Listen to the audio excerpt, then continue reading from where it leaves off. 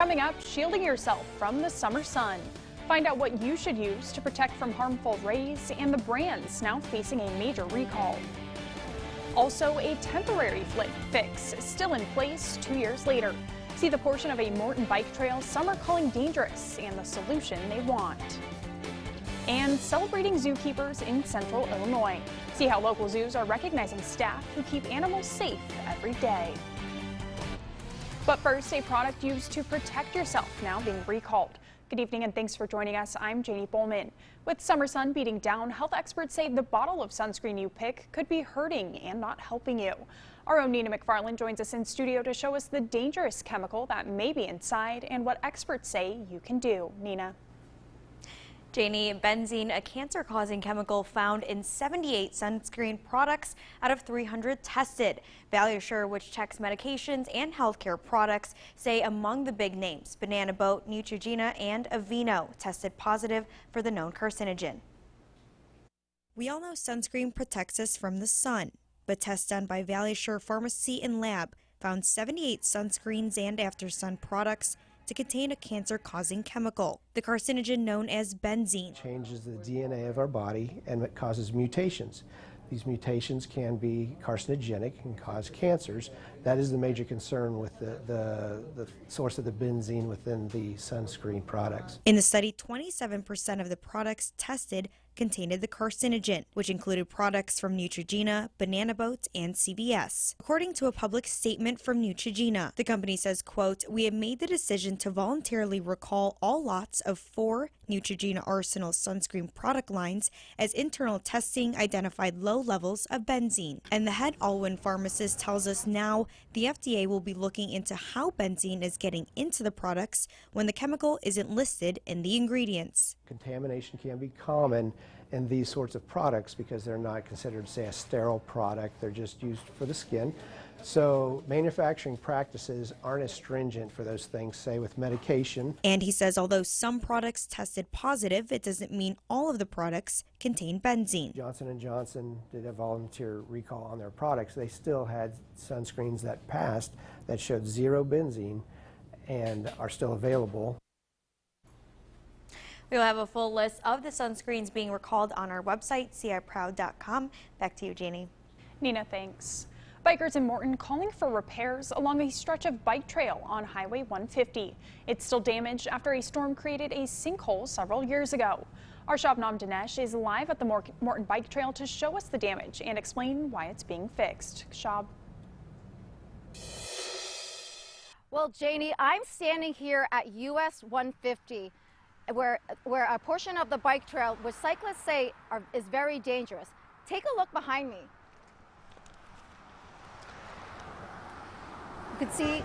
You can see the guardrails going around the damaged portion, and it's super skinny and not nearly wide enough for cyclists to pass each other. Now that trail is part of the 26-mile Rock Island Trail that goes through multiple communities. I spoke with a cyclist who takes this path a few times a week. She says it's an accident waiting to happen. Well, it's a huge safety hazard, and it's our community, it's a healthy community, it's a wonderful path that we have, and this is just an area that I don't know that there's a plan to fix. I would just be devastated if I saw someone get hurt. All right, and that cyclist said she actually took a walk over here in that path, and she said it was very unstable. I reached out to IDOT, and they said they sent a letter to the Morton Park District saying that once the guardrails were repaired, it was up to them to fix it. For now, reporting live in Morton, I'm Shabnam Dinesh, WMBD News.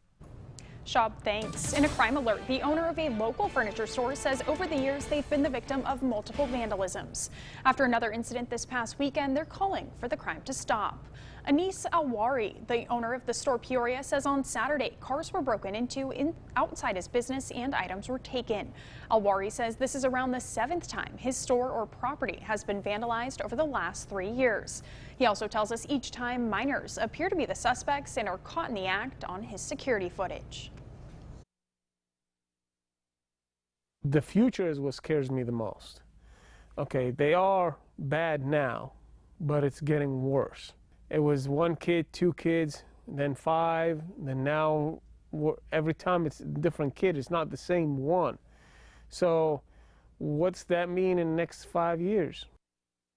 Alwari hopes the city takes action and prevents these types of crimes from continuing. Celebratory balloon releases may have good intentions, but experts say they can also have negative consequences. Leaders with Ameren, Illinois say Mylar balloons are metallic and conduct electricity. If these types of balloons become entangled with power lines, they can create lengthy outages. Staff at the Forest Park Nature Center in Peoria also say balloon material doesn't break down, creating dangers for animals.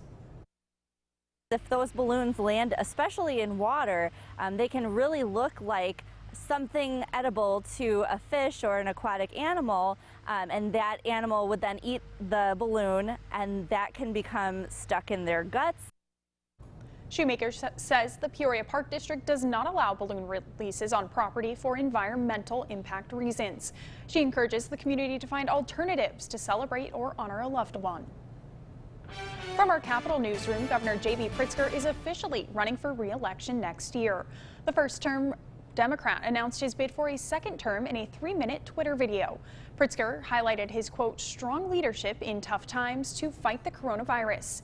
He acknowledged he may not have gotten every decision right, but says he followed science to guide the state through the pandemic. In the Twin Cities, Normal's Town Council votes tonight to approve a grant for a pedestrian underpass at Uptown Station. If approved, the $13 million grant will support the building of a multi-use underpass. It will run underneath the Union Pacific Railroad.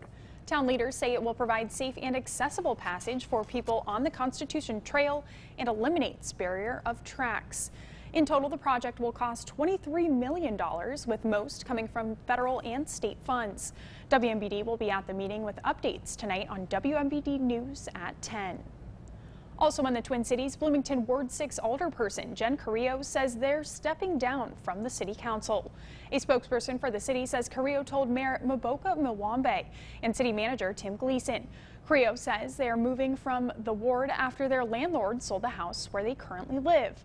In a statement, Carrillo says they hope the next person in the role, quote, shares Ward 6's values around equality and justice and is willing to fight to uphold them. Carrillo's last day on council will be at the end of August.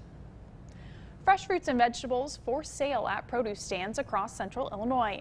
Myers Produce is selling at 5 stands throughout our area, including one in Washington. Take a look at this. It's in a parking lot along Route 24 near Upgreen Car Wash. There's a variety of fresh food from tomatoes to peaches and, of course, sweet corn. The woman who runs the stand, Billy Cassidy, says it's busy all day long. She says many stop by throughout the week to pick up their favorites. They keep coming back. Here in Washington, I see my customers several times a week because they come back for the good stuff. She also says cantaloupe and black diamond watermelon are popular this time of year. She says they'll be in stock in early August. The stand in Washington is open from 10 a.m. to 6 on weekdays and 10 a.m. to 5 o'clock on weekends. It's National Zookeeper Week, and zoos across the country are celebrating workers. Meteorologist Adam Sherwinski joins us in studio to show us how staff takes care of animals every single day. Adam.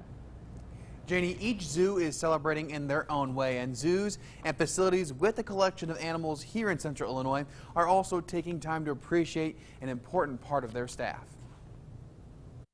It's National Zookeeper Week, and here in central Illinois, zoos are celebrating. Tomorrow night we're having a potluck out in Glen Oak Park. They have questionnaires up to learn about each other. I was just looking at it, and what was your favorite animal-themed movie? We Bought a Zoo seems to be the runaway favorite on that. We have a gift for each of them. We have some kind of goofy awards of things that have happened over the year with all the different keepers and animals. We're going to have a cookout for everybody. While the keepers are getting goodies and having fun, it's also a time to say thank you for all the hard work they do. Everybody at the zoo is so dedicated to what they do here, but the zookeepers have so much knowledge. You know, they are the ones here on Christmas morning. They are the ones outside in freezing weather, pouring rain. You know, if there's a thunderstorm coming, they're out. Their first thing is to get the animals safe. And acknowledge how important their job is to each facility. One of the most fundamental roles that we have at the zoo, you know, if the animals weren't thriving, the zoo wouldn't exist. So zookeepers are really, really essential to a zoo. Peoria Zoo's director says guests can also celebrate by interacting with the keepers when they visit. They can also help by donating items on the zoo's wish list to help enrich their animals' lives. To see a full list of items you can donate, visit the Peoria Zoo's website at ciproud.com. Janie? Adam, thanks. Coming up, a Princeville man on a journey to help kids with cancer. See his trek through 15 states across 3,600 miles and why it's unlike anything he's done before. And a warm but comfortable day in Central